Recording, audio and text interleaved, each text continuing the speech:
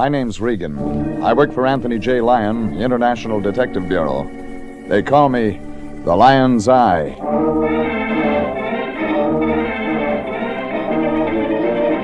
Jeff Regan, Investigator, starring Frank Graham as Regan with Frank Nelson as Anthony J. Lyon. So stand by for mystery and suspense and adventure in tonight's story of 1,000 Violins, almost.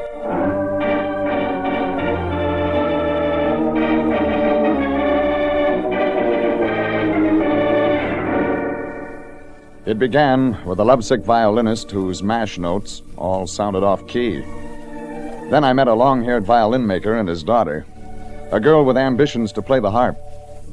Only the prize guy was the one with a gun. He fixed it, so I ended up playing second fiddle to a corpse. It was the kind of a day that when there's nothing left to do, you go get a haircut.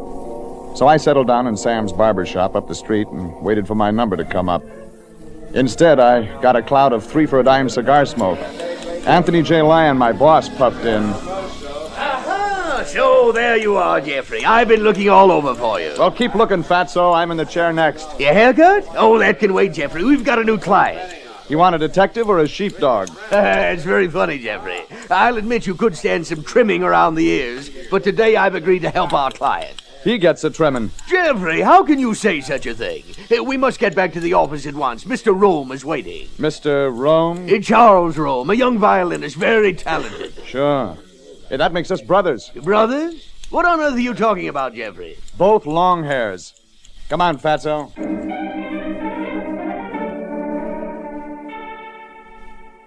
I told Sam I'd be back later for the haircut, and the Lion and I walked around the corner to our office.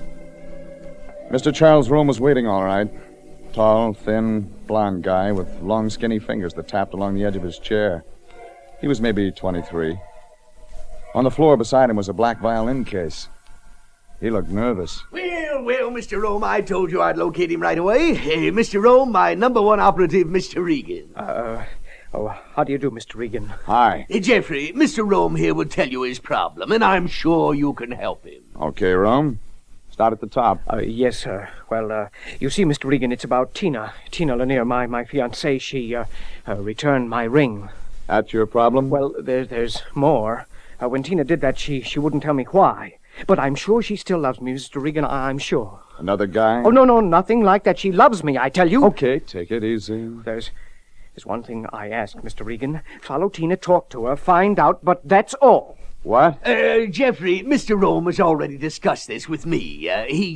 He's especially anxious that we limit the case to the girl and no one else. You must promise, Mr. Regan, there may be others, but you're to pay no attention to them, just the girl. What are you selling, Rome? Jeffrey! Listen, Lion, I'm tired of buying half-baked stories from any client with a fee.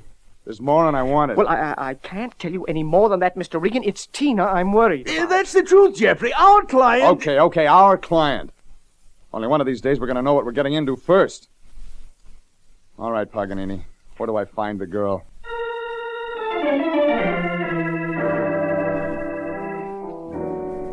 The tall, skinny guy wrote out an address on the back of a sheet of music paper. It turned out to be a small shop. Cracked white plaster, tiny black sign over the door out on Sunset Boulevard. Lanier's Music Appreciation Shop and Violin Repair Service. I parked the car and went in. It was old violins all over the place. Strings, bows, rosin, busted bridges, pieces of wood, jars of varnish. Amidst the debris sat a little man behind a battered counter. He was sad-eyed, curly-haired, and 60. His fingers were carefully fitting 2 pieces of wood together. He didn't look up when I came in. There was a bell on the counter. A customer. Please forgive me. But that's why I have the bell. I don't hear so good, and sometimes I'm too deep in my work. You're Mr. Lanier? Yes, Antonio Lanier. It was Laconata, but you see, the name Lanier, it's much more American. Is your daughter in? Tina? Well, Tina, she's... Hey, Tony, leave this for Nick, huh? Nick?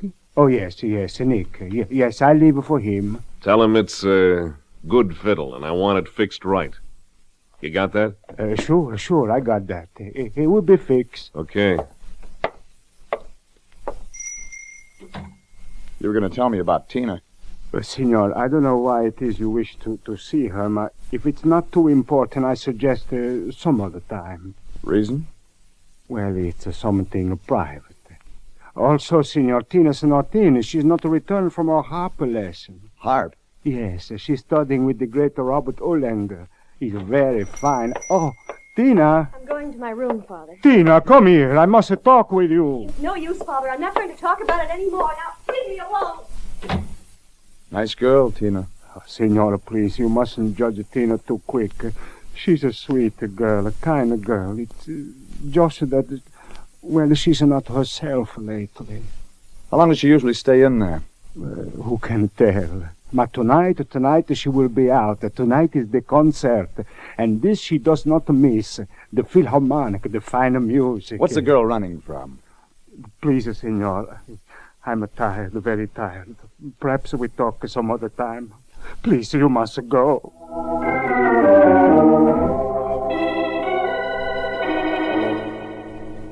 The little man hurried out of the room and disappeared behind the same door his daughter Tina had slammed a couple of minutes before. Only when he glanced back at me, there was a different look in his eyes, far away, like he was looking right through me. Outside, the sun was setting behind a neon sign, only I didn't get to admire the view. A taxi pulled up and a slim, distinguished-looking guy, gray at the temples, stepped out. He was wearing white tie and tails, and like everybody else, he carried a violin case. He walked right past me without batting an eye and went into the shop. The taxi drove off and I headed for my car. But when I got there, I had a customer waiting. Only the thing he had in his hand was no violin. It was a knife. You know me? You're the guy I left the fiddle for Nick to fix. That's right, Maestro. I'm the guy. Get to the point. You're playing the wrong tune. You can talk plainer than that. Sure, but I'm a musician. I prefer to put my message in my own idiom, if you get what I mean. You play the knife? Oh, no, the shiv is just protection. I play the cello, Maestro. And I'm telling you to join another orchestra. Tina Lanier doesn't want you hanging around. End of composition, Maestro. The guy with the knife waved a quick downbeat in my direction and disappeared. I headed for home and a shower and some concert-type clothes. An old double-breasted suit and a shirt my laundry claimed was white. I just finished a quick shave when I heard somebody playing boy drummer on my door. I opened it. May I come in, Mr. Regan? Why not? You've got a musician's union card. Charles Rome, double-breasted suit and white shirt, but no violin case, sat down. He had something on his mind, but from the look on his face, it didn't add that he was anxious to go into it. I washed the shaving soap off my face and dressed while he sat. That's when I got an idea. You dressed to go out? Why, yes. Concert? Yes, Mr. Regan. How did you know? Well, you and Tina used to go to concerts together. We used to. You're going tonight, hoping to see her. Well, that's true. But, Mr. Regan, I came to see you about Tina, to talk to you. Go later. If you got a season ticket... To the concert? Yes. Next to Tina. You bought them together. Well, it was before we... Okay, I got news for you, Rome. It's going to be a big evening, only you aren't going to be there. Oh, but, Mr. Regan, it's my chance to see Tina, to talk to her. Yeah, there'll be talk, all right, but you won't be in it. But Give me that ticket, Paganini. I got a date with the lady who plays the harp.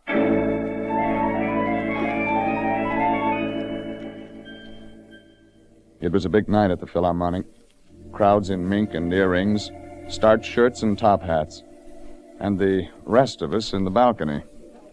I found the seat Charles Rome had bought and settled down to wait for Tina Lanier.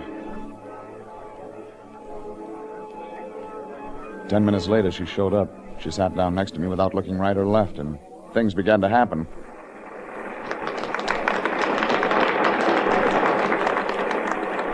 A tall, slim guy, gray at the temples, full dress, came out on the stage. He took a bow, and the audience calmed down. And I recognized him. The guy I'd seen going into Antonio Lanier's violin shop. I took a quick look at the program, but I didn't need it to know the guy with the baton was Robert Erlinger, Tina's harp teacher. Tina Lanier sat there with her eyes closed and listened to the music. But I had a job to do. I nudged her arm and she turned with a start. Her eyes blinked and then she recognized me. What do you want? Talk, sweetheart. Leave me alone. Why did you ditch him? Who are you talking about? Charles Rome, your fiancé. I won't answer that. He might be smart. I know what's smart. Go away. Quiet, please. Rome's got a right to an explanation. He got his ring back. Who are you, anyway? Jeff Regan? I don't know you, Mr. Regan. Leave me alone. Quiet, please. Okay, sister, it's your life. Only Rome isn't gonna like it that way. Maybe you'll want to know about the man with the knife at your place. What? Yeah, the little guy who carries a shiv. Long, sharp. Charlie Rome might be interested. You saw him? He saw me. I don't like knives waved under my throat. If you won't be quiet, I'll call the manager. Mr. Regan, please, tell Charles. Tell him I'm sorry. That's all. That's all there is. You sure? Yes, I'm sure. Now, go away.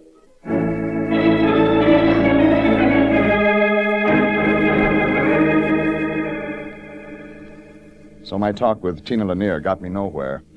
Except the fact that somebody was putting the screws on somebody else, and it didn't add up to a broken engagement.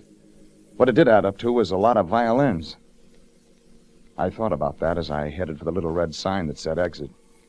I made my way past a couple of frowning ushers to the alley outside. When I got there, it was dark and empty. Me and a couple of bottles and torn ticket stubs. I walked out toward the street and then stopped. Somewhere in that alley was somebody else. Maybe behind the fire escape. Maybe behind a big poster. And then I was sure. Okay, Maestro. Get your hands I off. told you, Maestro. Knife again. Yeah, the shiv, Maestro. Sharp steel in this blade. And there's enough to make you look like a bag of confetti. What's Tina Lanier to you? It's not your business, Maestro. I told you to stay away from her. I told you it was off key. Now I'm going to show you just what a knife can do. The mug folded into a heap on the alley. He could trade in the knife anytime. He wouldn't need it where he was going. I headed out of the alley toward where the shots came from. There was a cab driver at the curb waiting for the concert crowd, and I grabbed him. Only he saw nobody and said nothing. The guy who'd put the slugs in the cello player was gone. I headed back to my car and hopped in. Now I had to have answers and have them fast. Jeff Regan was too close to a killing not to have a lot of it rub off. It was going to be me and a murderer, or the police.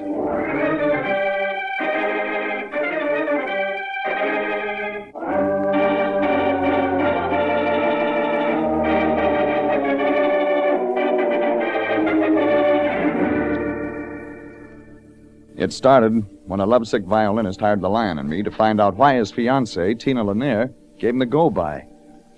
But it ended with me and a corpse in an alley beside the Philharmonic Auditorium.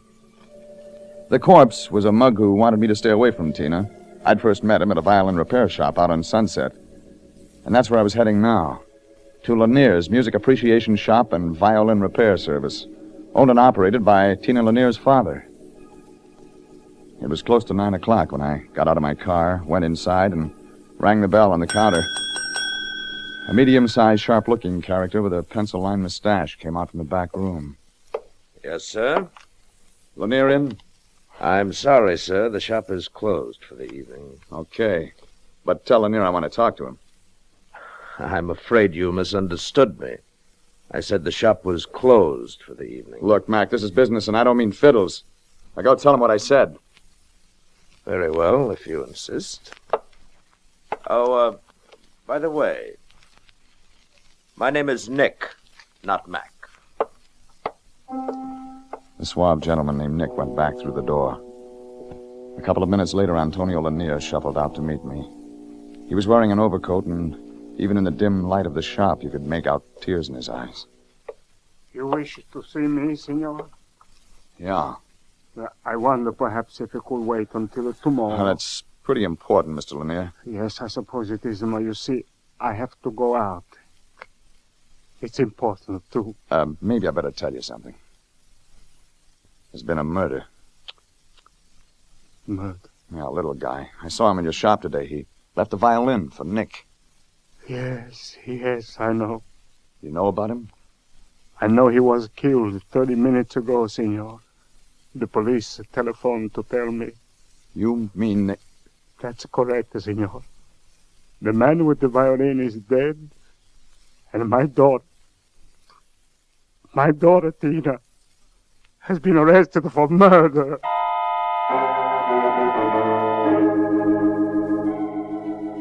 Antonio Lanier walked out of the little shop, and I watched his bent shoulders as he shuffled off down the street. Then I realized what had happened. Tina Lanier had followed me when I left the concert. That meant she'd gotten to the alley just after the shots were fired. You could add the rest easy. A couple of ushers, maybe, hearing the shots, had run out and found her. That was enough for the police to take her in for questioning. Well, there wasn't much I could do until morning, so I headed home for some sleep. I dreamed about a group of excited figures all talking to each other. Only when I looked closer, they weren't people. They were violins.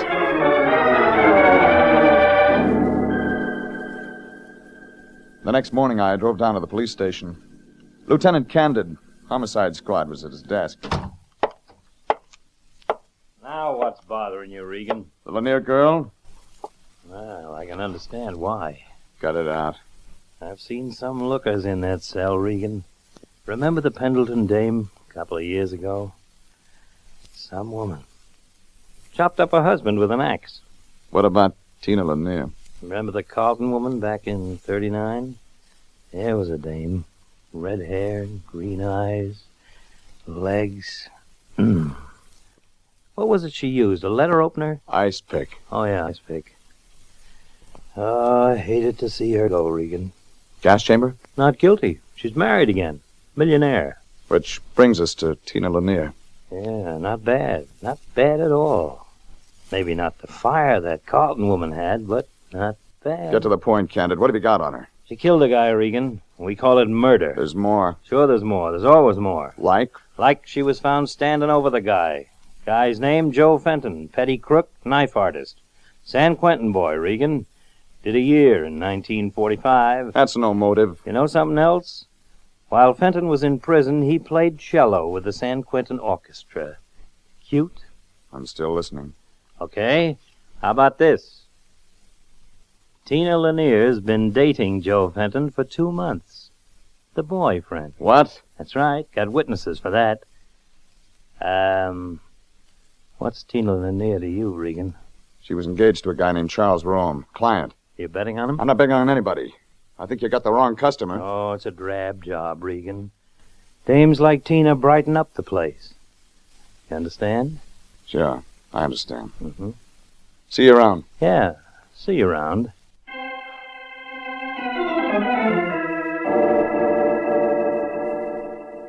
That gave me a lead. Joe Fenton, Tina Lanier. I headed for the office of my boss, Anthony J. Lyon. Only when I got there, I got another surprise. Sitting across the desk from him was Antonio Lanier.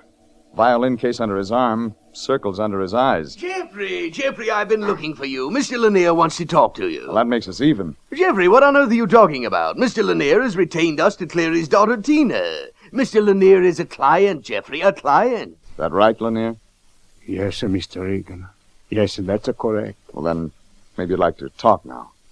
But Mr. Regan, There's questions, Mr. Lanier, like about Tina. Tina someday going to be a fine artist. She will be recognized as a true... If she stays away from guys like Joe Fenton. Yes. Okay, Lanier. One more question. Who's Nick? What? Nick, your helper, the guy Joe Fenton left the violin for. Well, Nick is just as you say, my helper. I hired him several years ago. Jeffrey, why are you questioning our client this way? Because we've got to get facts before we get a total. We were hired to find out why Tina dissed Charles Rome, and now she's got herself booked for a murder she probably didn't commit, and her father expects us to clear her. We can't go into this thing wearing a blindfold. Yeah, but Jeffrey, aren't we going to help Mr. Lanier? Yeah, I'll drop him by his shop. Maybe if he gets his hands on a violin, he'll relax.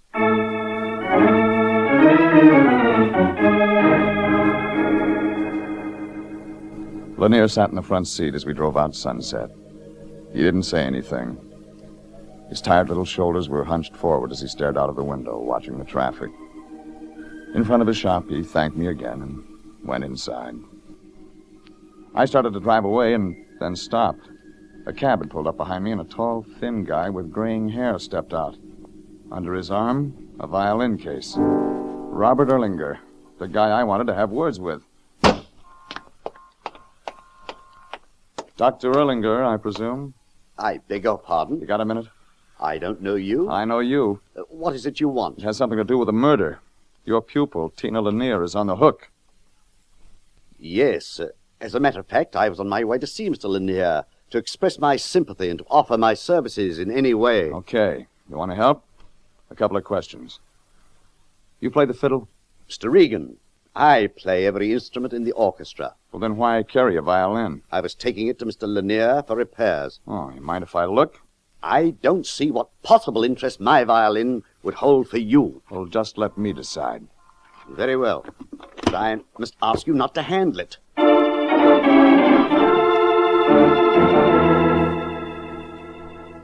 It was beginning to make sense. A lot of separate strings, like on a violin. Only when you tune them, make the notes fit each other, and draw a bows across it, you get music. I headed for the downtown library and found a binding of all the issues of the San Quentin News, the prison paper, for the year 1945, the year Joe Fenton had dropped in. I spent 2 hours covering every page, and then I had it. The last note. Call it the lost chord, but it sang like a canary. I checked for my gun and drove out toward Hollywood. It took me 30 minutes in the nighttime traffic, and then I was there. Yes, who is it? Regan. Who? Oh, it's you, Senor Regan. I'd like to have words with you, Lanier. Well, Senor, I'm very busy. I'm doing a rush job. So am I. So? Yeah, it's about Tina. Oh, well, then, of course, we will talk, Senor Regan. About Tina, I'm always willing to talk. Well, that'll save us a lot of trouble, Lanier. Yes. Please, sit down here. Thanks. Got a little story for you, Lanier. Short story, but covers a lot of territory. Yes, I'm listening, Senor. It starts with a guy and his daughter. A violin maker who put a lot of faith in his girl with talent. A guy who'd sell his soul to give the girl everything. Yes, that's true. This guy sold his talent for making violins. Sold it for dough so he could give his girl harp lessons. Maybe. Seems this guy made a mistake once. Went to prison for it. Mistakes? We all make mistakes? Sure. Only the guy I'm talking about made another one. While in prison, he met a couple of musicians in the prison band. They had ideas. Used the guy's talent for making violins. Phony masterpieces. Take regular fiddles and doctor them up so they look like real dough. You know. I know. You sold yourself back up the river, Lanier. For Tina. Yeah. Yes, it's true. My senor, such a talent. Such a talent cannot be wasted. Yeah, only Tina ditched a career in a nice guy like Charlie Rome for dough. Your mistake, Lanier. But she was not in her right mind. She didn't know what she was doing. But you did. You killed Joe Fenton, and your daughter's set to take the rap. No, I will not let her. Senor Regan, when you came in, I was thinking all alone, with my violins beside me. I had decided Tina will suffer no longer for my mistakes. I'm going to the police. I'm going to tell them everything. I'm going to Lanier. I'm going to tell the police anything, Lanier. Medium-sized guy, pencil-lined mustache, gun in his hand. The guy I'd met the night before in Lanier's shop. Nick. Stay where you are, Regan. You're the other half of the team. You and Joe Fenton. Saw your picture about a half hour ago. That right? Library. Back copy of the San Quentin News. Picture of the prison orchestra. You and Fenton and Lanier. Oh, isn't that nice? Real nice. My picture in the paper. That's too bad Erlinger didn't see it. Before he let Tina talk him into bringing his violin here for repairs. Yes? I saw Erlinger's fiddle. A Guarnerius worth about $50,000. You used it to model from, to have Lanier make the phonies. Erlinger's a dumb cluck. He never knew the difference. Besides, he got his original Guarnerius back. Sure, he's dumb. That way. But so is Lanier. Quiet, easy-going little man. Probably would have lived to a ripe old honest age. You mugs hadn't dropped in. We just told Lanier what kind of a chance a man with a record had. We convinced him, Regan, he was better off using his brain for something lucrative. You mean you blackmailed him? You can call it that. He took persuading, but he's finished now. You just killed a guy. You're the one who's finished. Not yet. Bad timing. On my wrist. Now we're Even.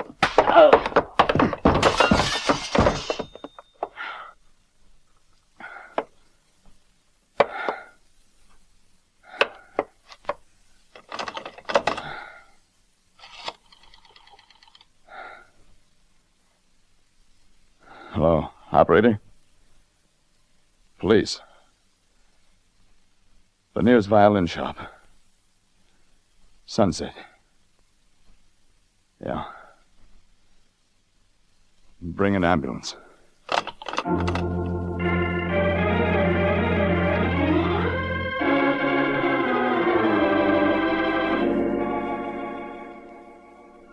It took a week to patch up the hole in my arm, but Antonio Lanier wasn't that lucky.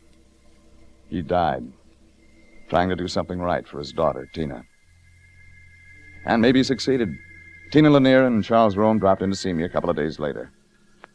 The scared look was out of her eyes, and even with the tears, there was something soft and warm. By the time I was in shape again, I needed a haircut so bad, even the dog catcher wasn't interested. And I figured my barber, Sam, could take the full afternoon for the job. Hey, what's the matter with you, Jeff? I never seen such a head of hair on a St. Bernard. Busy, Sam. What do you mean, busy? Fellow with a soft job like you got's got no reason not to have his hair cut every 2 weeks, maybe 10 days. Jeffrey, here you are. I've been looking all over for you. Hiya, Fatso. Jeffrey, what's the idea of not showing up at the office? Just because you got a little bandage on your arm doesn't mean you can take a week off. You gave me the week off. I did not. Oh, yes, so I did. He caught me in a weak moment. Oh, well, that makes us even. Beat it, Fatso. I'm getting a haircut. Yeah, so I see. Needed it, too. Well, when you're finished, Jeffrey, I want you to report to the office at once. We've got a client. Client? Yes, big oil man from Texas. Lots of money. Seems as though he met some man on the street one day, and they had Sam, words about some oil stuff. turn the chair around. Sure thing, Jeff. Yeah, that's better, Sam. Well, you got time for shampoo, Jeff? Nothing but time, Sam. Give me the works.